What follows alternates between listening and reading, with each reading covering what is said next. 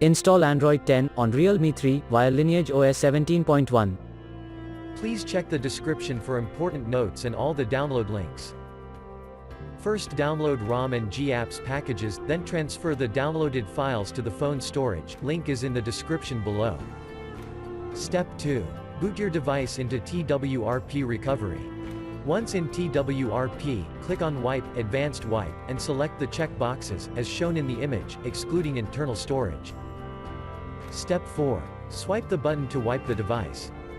Step 5. Go back to the recovery main screen, and tap on the Install button.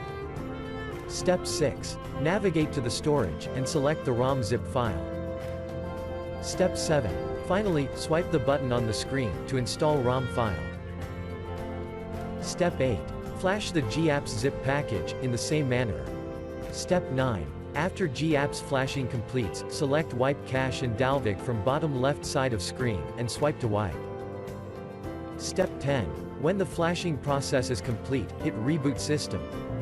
That's it, you have successfully installed the ROM on your device.